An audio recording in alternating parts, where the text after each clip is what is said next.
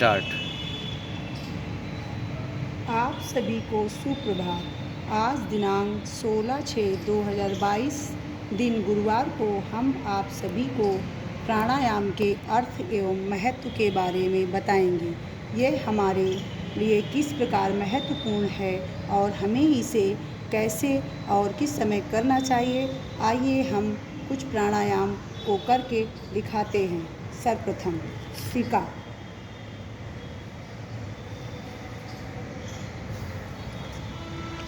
भस्त्रिका। भस्त्रिका भट्ठी तेज भट्ठी करने वाले अस्त्र जैसे लोहार अपनी धौकनी से करता है, वैसे ही हवा तेजी से अंदर व बाहर ली जाती है तथा यह व्यायाम तीव्रता से किया जाता है।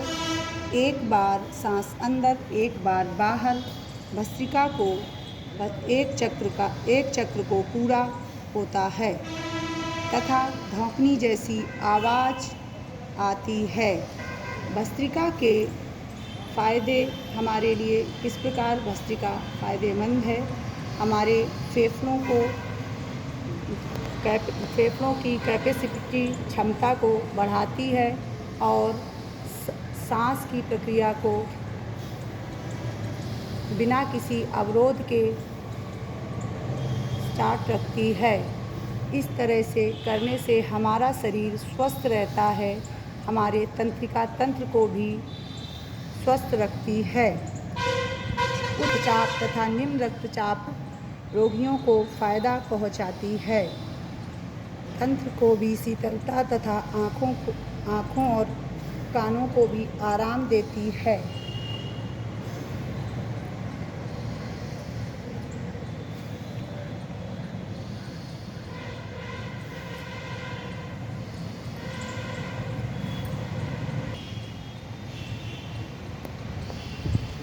कपालभाति।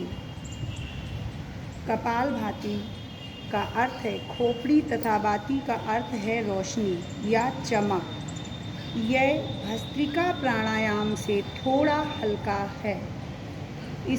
इसमें अंदर सांस लेने की प्रक्रिया धीमी होती है, परंतु तेजी से सांस बाहर छोड़ते हैं। प्रत्येक बार सांस कुछ क्षणों के लिए रोक सकते हैं। कपालभाति जैसा कि इसके नाम से ही स्पष्ट है, हम इसमें स्ट्रोक लेते हैं, सांस को अंदर पूरी तरह से धीमी गति से भरते हैं और फिर बाहर की तरफ छोड़ते हैं। इससे हमारी श्वसन क्रिया तेज होती है, श्वसन क्रिया तेज होती है और हमारे लंग्स को, फेफड़ों को फ़ायदा पहुंचता है। शरीर स्वस्थ रहता है, मन और शरीर पूरे दिन तरोताज़ा रहता है। इस प्राणायाम से हमारे शरीर और मस्तिष्क स्वस्थ रहते हैं।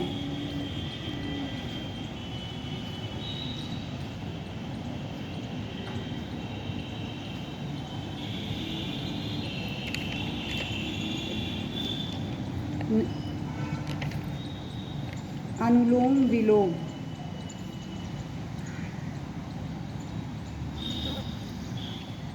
अनुलोम विलोम करने की क्रिया विधि जैसा कि आप देख रहे हैं, एक नासिका छिद्र से दाहिनी ओर से सांस को अंदर खींचेंगे एवं दूसरी नासिका से बाहर छोड़ेंगे।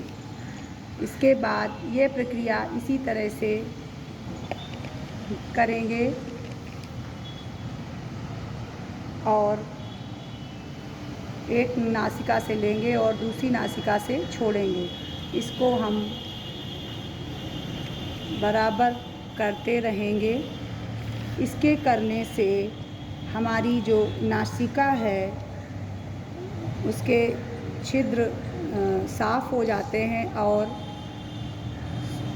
ये भी हमारी श्वसन क्रिया के लिए बहुत ही लाभदायक सिद्ध होता है।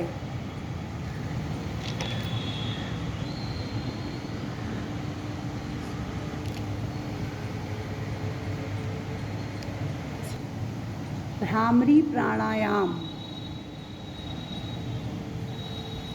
भ्रामरी प्राणायाम, जैसा कि इसके नाम से स्पष्ट है, भंवरे के समान गुंजन करना।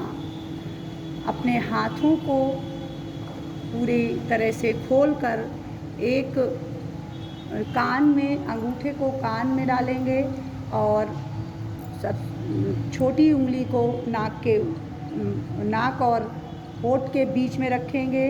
उसके बाद जो उससे बड़ी उंगली है हमारी, जो उसको नाक के ऊपर रखेंगे और उसके बाद जो उंगली है उसको मस्तक पर रखेंगे। फिर ओम का उच्चारण इस प्रकार करेंगे जैसे भौरा किसी फूल के ऊपर जब घूमता है, मंडराता है, गुंजन करता है, तो केवल हमारी जो आवाज़ आएगी, सिर्फ हमको हमारे कानों में भंवरे के गुंजन के समान आवाज़ गूंजेगी। इसको इस तरह से करने से हमारे मस्तिष्क की सभी नाड़ियाँ, जो भी मस्तिष्क में जो भी विकार होते हैं, वो सब बाहर हो जाते हैं और अच्छा महसूस करते हैं, पूरे दिन तरोताज़ा रहते हैं।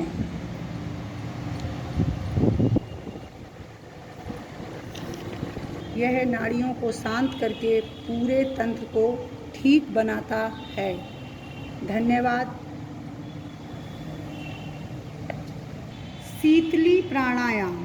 शीतली का अर्थ है ठंडा। यह व्यायाम शरीर व मन को ठंडा रखता है। इसमें जीभ बाहर निकलकर पाइप की तरह होती है।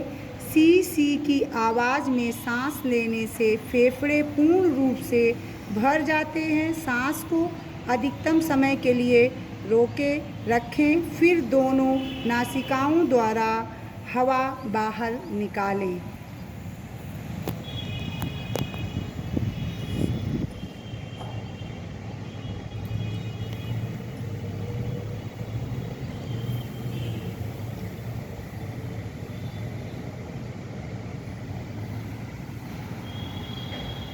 शीतकारी।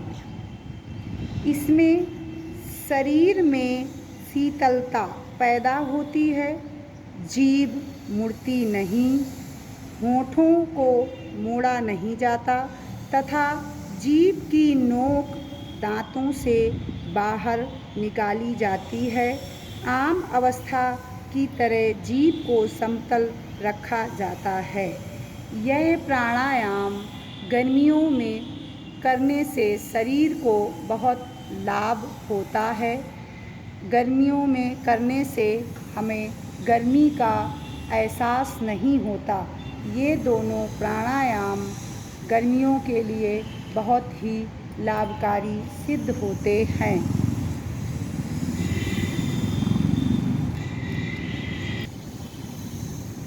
धन्यवाद। शुभ दिन।